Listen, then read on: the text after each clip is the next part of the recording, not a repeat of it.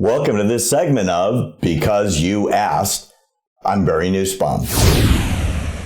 You will remember that candidate Donald Trump made numerous references on the campaign trail to the large numbers of illegal immigrants who had committed crimes in the United States, and in many cases were detained and then released by law enforcement across the United States.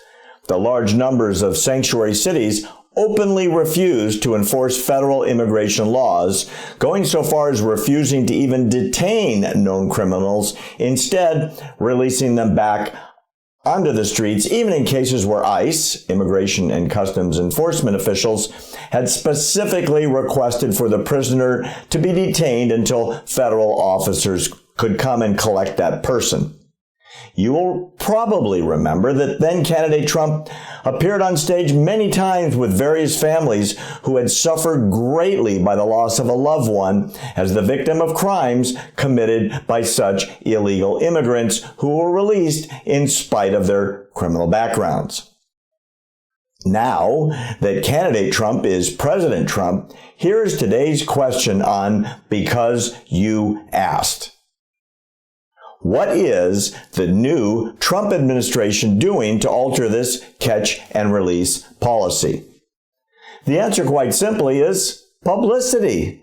Immigration and Customs Enforcement officials have released their first weekly report on cities that refuse to still cooperate with the agency's requests for illegal immigrants arrested in connection with crimes committed here. This first report, covering just the week of January 28th to February 3rd, contains information on a whopping 206 illegals that were set free by local law enforcement instead of being held for deportation. Information contained in this report includes the illegals' jurisdiction, their country of origin, their detainer issue date, their notable criminal activity, and whether they have been convicted or charged. These crimes include everything from assault and battery to DUI, indecent exposure, homicides, and heroin trafficking. Let me read you some of the crimes committed by these illegals, where they are from, and where they were released after being detained. ICE did not release their names. New Orleans, Louisiana, assault and battery.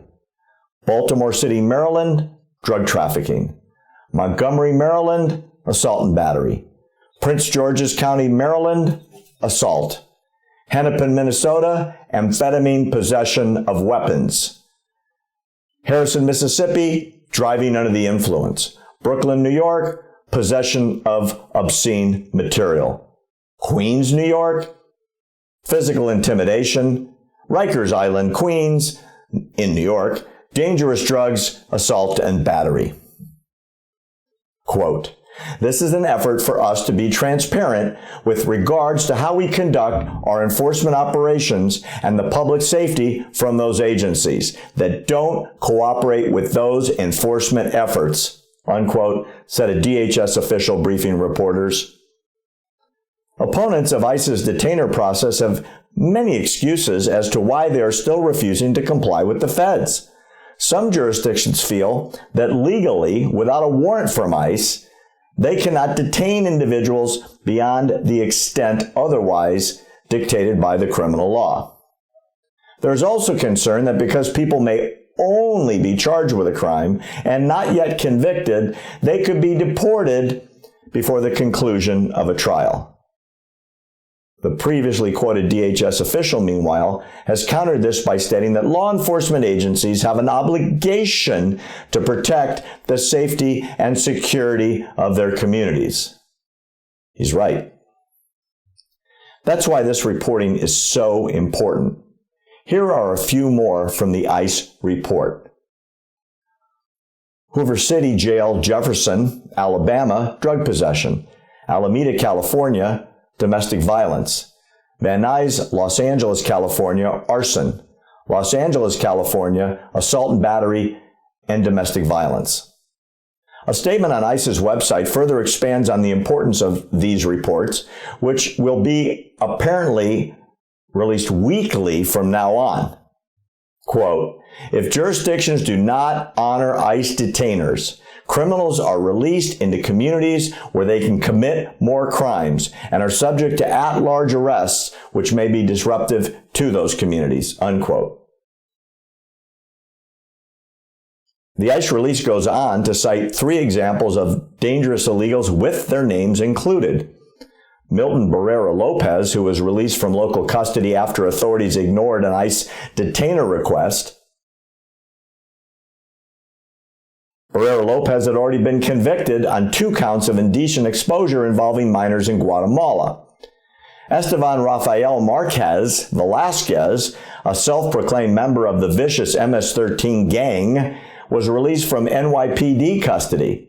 His criminal record in the United States includes possession of weapons and reckless endangerment.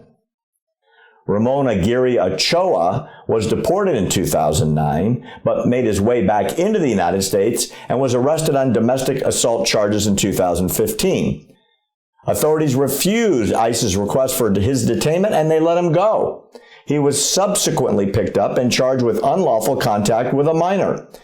Also, unlawful restraint, false imprisonment, indecent assault on a person less than 13, indecent exposure, and assault and battery.